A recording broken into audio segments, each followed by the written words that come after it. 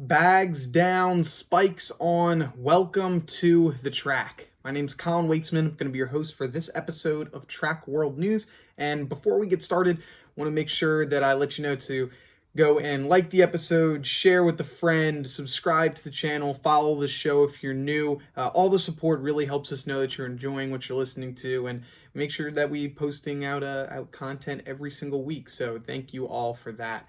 So first, want to get into our main story of the day, and that is going to be the American Track League. The good, the bad, and the ugly. What do I think went really well? What could be improved? And what might be difficulties moving forward? So for those of you that don't know, this previous Sunday, I believe it was from 3 to 5 p.m. Eastern, the American Track League, which is a brand new startup track and field league, had its very first meet since, I believe, 2019, 2018. It's been a while, the summer before the pandemic, I believe. And what they're trying to do is bring more excitement in a more timely manner to track and field. So they've had some pretty big names that have co-signed and have competed before, such as Andre DeGrasse, Ryan Crouser, Sandy Morris. They've had some pretty major names competing for this league, and it makes it really exciting. They've had really close up, like when it's in person, it's a lot more awesome. It seems like, where fans are right up near the runways, and they're really close to the meets, and they change the rules so things go a little bit quicker, and it's overall pretty exciting. And so now they're back, and they have a pretty great time slot. Sundays from in the afternoon, 2 to 4 or 3 to 5, depending on which day. They're doing this for 3 or 4 weeks, so they have some pretty great times, and I'm really looking forward to what it is going to go on. And today was their startup for the 2021 season, and so a lot of good things to happen. First good thing, I really liked just seeing track and field back. So as a fan, it was refreshing. It was nice to see track and field. It was also nice that they showed in the beginning, what meets during these without fans or with fans generally look like. So they showed some clips from previous competitions, previous meets, where they're like, hey, this isn't normally what track and field meets look like. So for the fans that were just watching ESPN 20 minutes ago and were watching things for the AFC Championship game and pre-NFL things, and it just got tuned into this, they're like, hey, the meet's going to look different, but this is what you could expect during a regular meet. So that was nice to let people that might be interested in the sport, but this might not have been for them, that, when fans do come along, maybe they'll want to tune in. So that was something that was nice to see. Glad to see them do. But there were a lot of positives. So first, we'll talk about the announcers. So they had Lewis Johnson and Sandy Morris. Sandy Morris, she normally would be competing. She's a pole vaulter, but for some reason, I can't remember exactly why, she wasn't competing today. So she was in the booth today, and next week she will be competing during American Track League competition. And then there was also a field reporter who was doing the questions and asking people. And I don't remember his name, unfortunately, but the two very knowledgeable on the sport, obviously, and we'll get more into them and what I think they did well, what I think could be improved. So let's start off with the good. So the good, the best, and it's not even close, the performances. The performances were very, very, very solid. It couldn't get much better than that. So first, and obviously, Ryan Crouser of the United States threw a world record throw in the shot put, throwing over 22.82 meters for 74 feet and 10 and a half inches. It was a monstrous throw, and it also came on the very first throw of the competition. And so it was, or of his throw, not the very first of the actual competition, but it was his first throw, and then 4 of his 5 throws in the competition were all over that former world record. And so right off the bat, it was exciting, and it was wild because his first throw was so much farther than the world record. It was like 2-3 feet farther, and it was actually off what the original field was going to be. They had black mats, and it was over the black mat, and so the spotters like, oh man, I don't think they were ready for a world record throw, and so they had some difficulty measuring it, and that was kind of funny to watch because there was so much tense. It was so tense because when you're measuring a world record, you have to make sure that you're measuring it exactly correct. And so instead of it being a throw, they measure and they're like 22 meters or 21 meters, and then they're done. It took a little while because they're making sure that they get it right, because when they come out with that number, that's what the new world record was going to be. And so there was some time in between where it was really tense, but it wasn't really like downtime or dead time. It was exciting because you're like, man, he just threw a world record. Like, what else could we see? Maybe he's going to be throwing 23 meters. Like, this could be a big throw, big meet, and it ended up being pretty exciting. So his performance starting off was really great, and so that was awesome for that. Trayvon Bromell ran a 6.48 in the 60, new world lead, and he killed the competition. Wasn't even close. He was ahead by 2-3 meters. Maybe not. I'm slicing it. He was ahead by like 3 or 4 feet, so like 1 meter or so. Then Fred Curley did really well. Ran a world lead in the 400 with a 45:03. Had a really great race. They were talking about the potential of breaking a world record. I mean, for the throws. I mean, for the runs, running events, especially breaking a world record at this point in the season it's not very realistic. It's way too early. If he was running world record pace already, then oh my goodness, he would be really, really killing it in the next few months. So it was a great performance, especially for there not being any really reason to run a world record pace. Then we also had did I say Grant Holloway? Yeah, Grant Holloway ran an American record in the hurdles of 7.35. He's gonna do his thing. Dude's unstoppable. He could have competed in any of these events and probably done really well. He's just a killer athlete. I always love seeing him compete. And then Gabby Thomas, meet record in the 300 meters. She ran a 35:92. Exciting to watch as well. Her finals, she competed well. The women's events, they were a lot more competitive, I feel, in between the athletes, where there weren't a ton of standout performances like world records, but there were still a lot of good competitions. For the vault, a lot of the females, what was it, Najat, she ran from like a 5 or 6 step, so much shorter than she normally would. So some of those other athletes, they're just gearing up for the season, this being one of the first meets of the year, and some of them, this was their first meets in multiple years indoors. Many of these athletes only compete outdoors. And there's actually one athlete who she won the 60 hurdles, I believe. It was her first meet in 10 years indoors. 60 meters, regular 60 meters. It was her first meet in 10 years indoors. So they've had a lot of new people coming in, and so I'm not surprised that they're not running world record pace at the time. Also, they had some good interviews. Gabby Thomas was really great. She had some great energy. Was super excited. She was like, track's finally back. Really looking forward to it. All this stuff. It was fantastic to hear.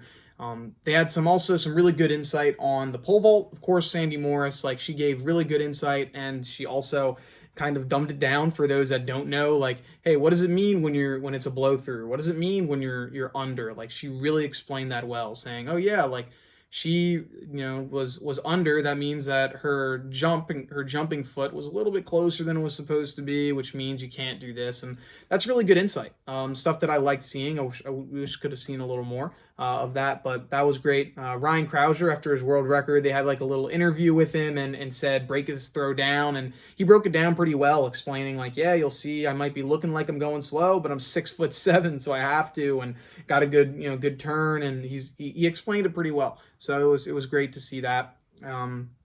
Really the angles of the events were pretty good. You could see what's going on. They didn't have anything where you can't see an athlete, or it was just a bad angle. So angles were pretty solid.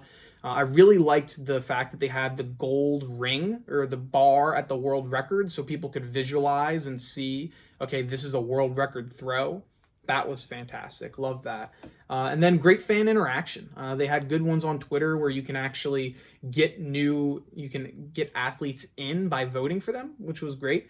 And the roster athletics partnership. I don't know if it was a partnership or if it's just good collaborative efforts. For those that don't know, roster athletics is this app that has the ability to have fantasy track and field, which is fantastic. We're actually going to open up our own lobby here with Track World News, and you actually have the ability to win some cool stuff. We're going to talk about that on social media. So if you're not following us on Instagram, follow us on Track World News.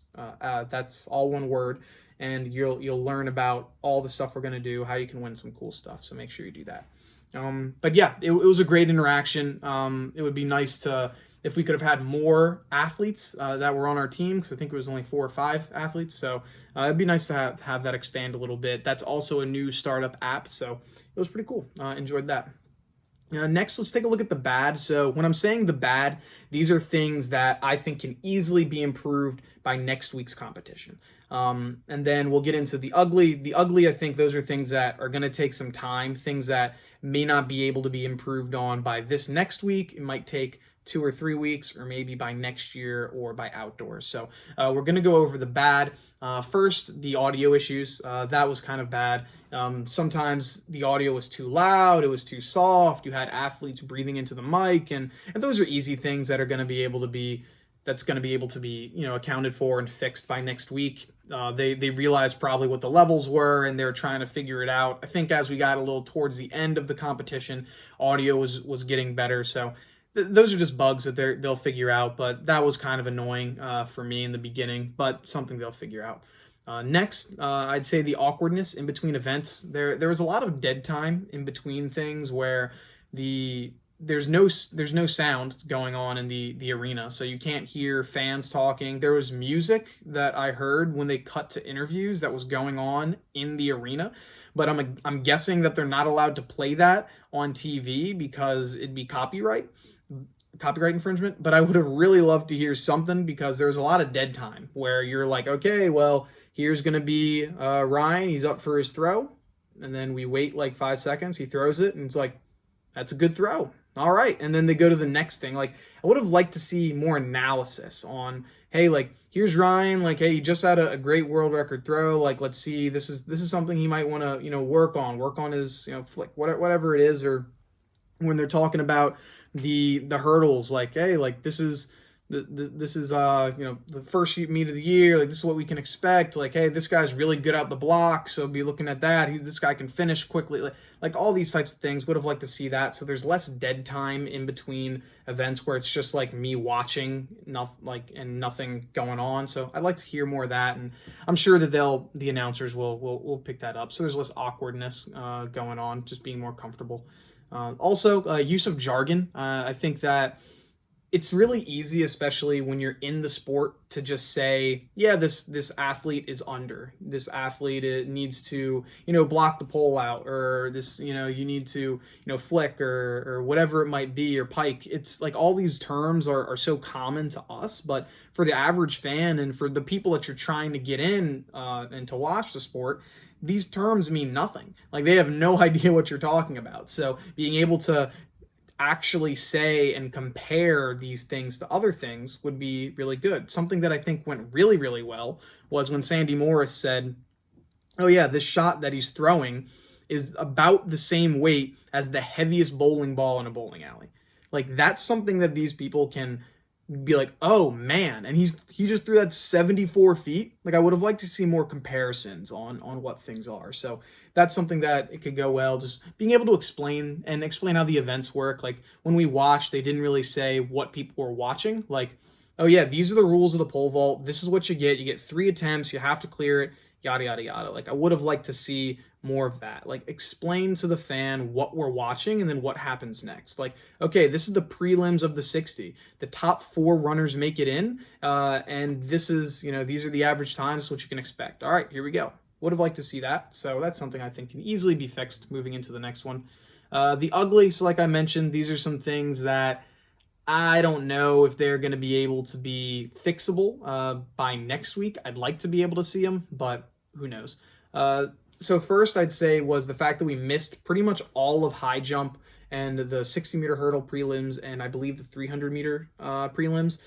I know why, because timing, they need to get it within 2 hours. And if you were to have the high jump be filmed also, then you're going to be missing out on another event. So just timing wise, I knew like something was going to be, left out. And so I understand that, but it just stinks that we missed out on high jump, especially when I'm sure they probably paid to have these athletes come here, like Vashti Cunningham. Like, we missed all of her performance. Like, it's almost like, why did we even have high jump as a meet if we're not gonna, or as a competition or an event, if we're not gonna see it? We're not gonna see it happen. So it's something. It's just timing wise with the I'm sure the media rights, and it's difficult to be able to get it all. But that was annoying, not being able to see every single event. Next one, and this was probably my biggest complaint, or something that I really, really wanted to see, and that's the fact that we didn't see a capitalization on talking about Trayvon Brumel's return. So Trayvon Brumel, for those that don't know, one of the world's best 100-meter runners from Baylor. I believe he ran a 9.8, one of the first athletes to run a 9.8. So this guy, one of the youngest athletes to run a 9.8, and he was out for, I believe, 4 years because of an Achilles injury. And so this was his first meet back, real competitive meet back, where he's running. And he had even mentioned it in his interview after winning, saying, "Hey man, like, it's a long journey back. Like, I appreciate all the people that stuck with me, and like big things are coming up, and we're really looking forward to it." And the interviewer was just like, "All right, well, good job, and go get them this year." And it's like, why did we not have more interviews, more analysis, more stuff going on for this return? Like, that this guy, who's one of the biggest names in track and field sprinting, especially a few years ago, is now coming back, and we don't have any interviews on him, like any B-roll, any graphics, things like that. Like, we're not even going in an in-depth interview post competition saying like, "Hey, how did you feel coming off of a competition where you were out for multiple years? Like, what are you looking for this upcoming year? Like, what were some of those difficulties that you faced mentally, just not being able to compete in the sport that you love?" Like, there's so many ways I would have liked to see them capitalize on that, and we didn't. I don't know if he's competing next week, but if he is, I would be getting on that story ASAP, because that would have been something I really would have liked to see. So not seeing that capitalization was a little bit upsetting. Another thing, like just dead space. Now, I saw on Sandy Morris, she tweeted that they didn't have any sponsors really for the meet, and so that's why there wasn't many signage and things like that. So I'd like to see some more things, because a track, it's pretty empty. Like, there's not a lot of things going on, and so it just seemed like a weird venue looking at just visually, like that you just see guys standing around, especially like for other events, and then okay, there are people up. So that's annoying. Like, I'd love to see more signage, and I'm sure it probably is coming in the next couple weeks. I would have moved this to bad instead, but just kept it here. So I'd like to see more signage, just more space being filled so that it's not as open.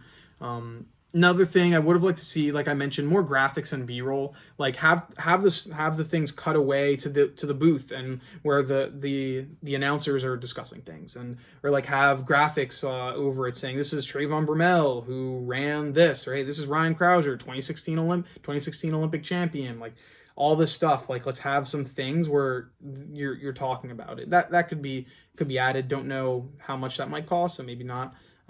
Last one for the ugly. Let's have some different uniforms for people, because it's super hard to know who these athletes are when they're all wearing the same uniform, especially when it's an event where it's like the 60-meter hurdles, or the 60 meters, where they're all just in a line, and they say like, "Okay, lane 1 we have this person, lane 2 we have that person, lane 3 we have that person," and it's like, who, what? Like, everyone's wearing the same thing. Like, it was easy to check on who Trayvon Brumel was, because he had a black uniform with green sleeves, but pretty much everyone else has the same Nike jersey, where it's like it has the fractured triangles on it, and it's the same color. And it's like, well, I have no idea what I'm looking at. So just make sure you tell the athletes, like, "Hey, we gotta have, if there's 8 people competing in this event, we have to have 8 different colors. I don't care what it looks like. I don't care what it is.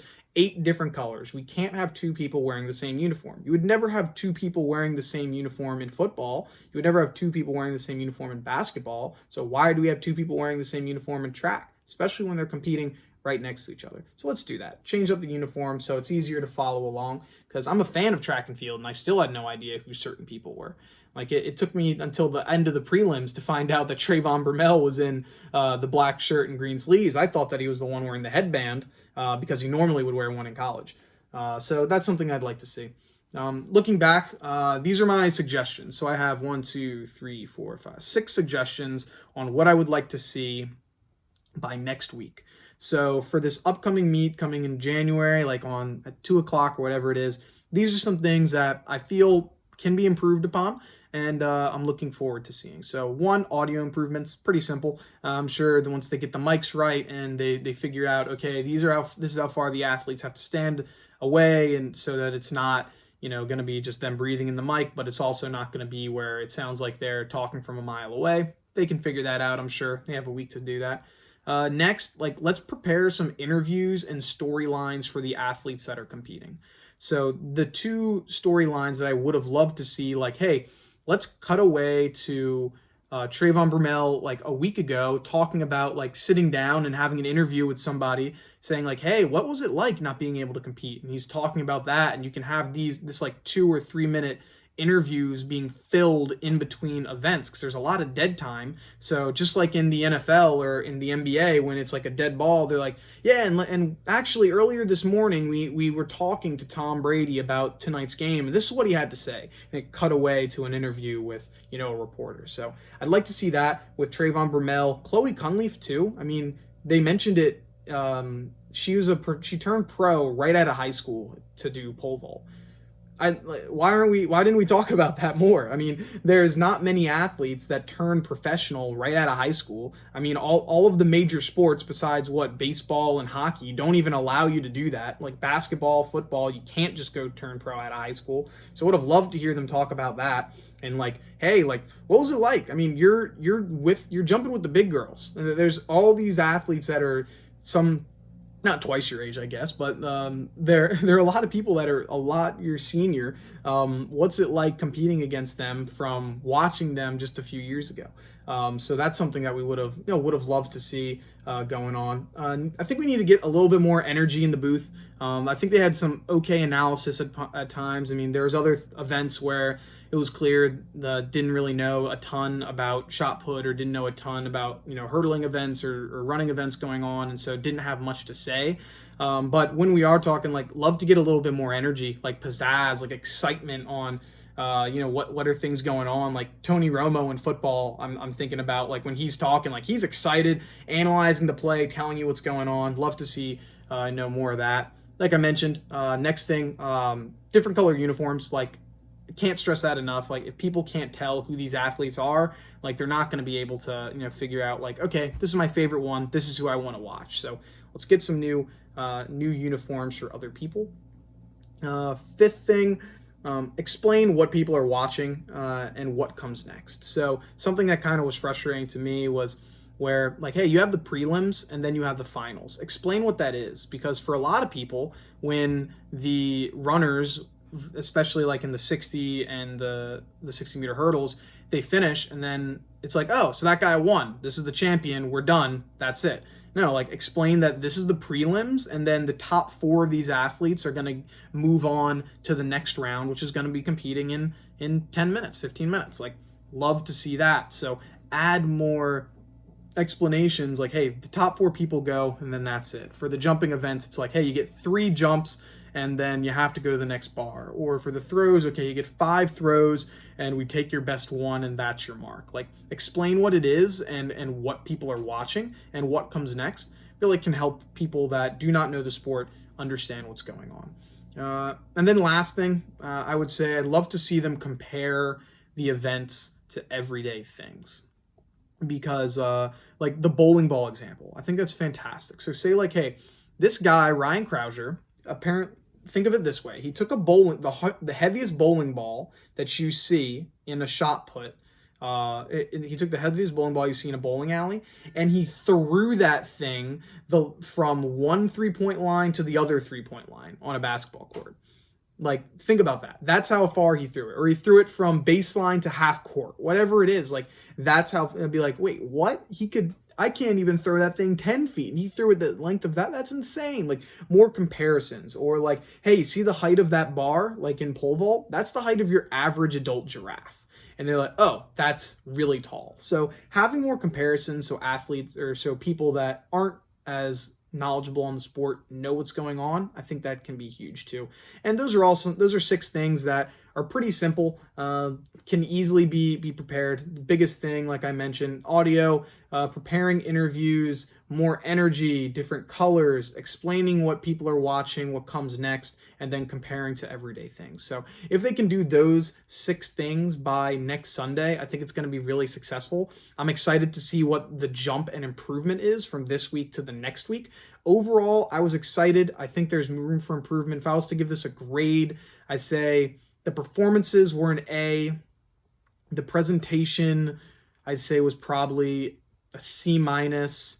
And the overall timing, the fact that it was only 2 hours and they timed it very, very well, I'd say that's an A. So I'd give it a C, C plus. I'd go with the C plus for performance. I think that the presentation needs to improve pretty dramatically, which will over time. And the performances, though, if they can keep having these types of performances, that'd be great. So that's my take on American Track League. We'll definitely be talking about it another day as well, or next week. And we'll probably be doing another episode this week because there's so many other things that I have to talk about with things that are going on. And so I'll make sure to get to those later on this week. But thank you for watching or listening to this episode of Track World News. My name's Colin Waitsman. I've been your host. And if you want more content, make sure that you go and follow us on social media, Instagram, Track World News. It's all one word. We do have some really big things coming up,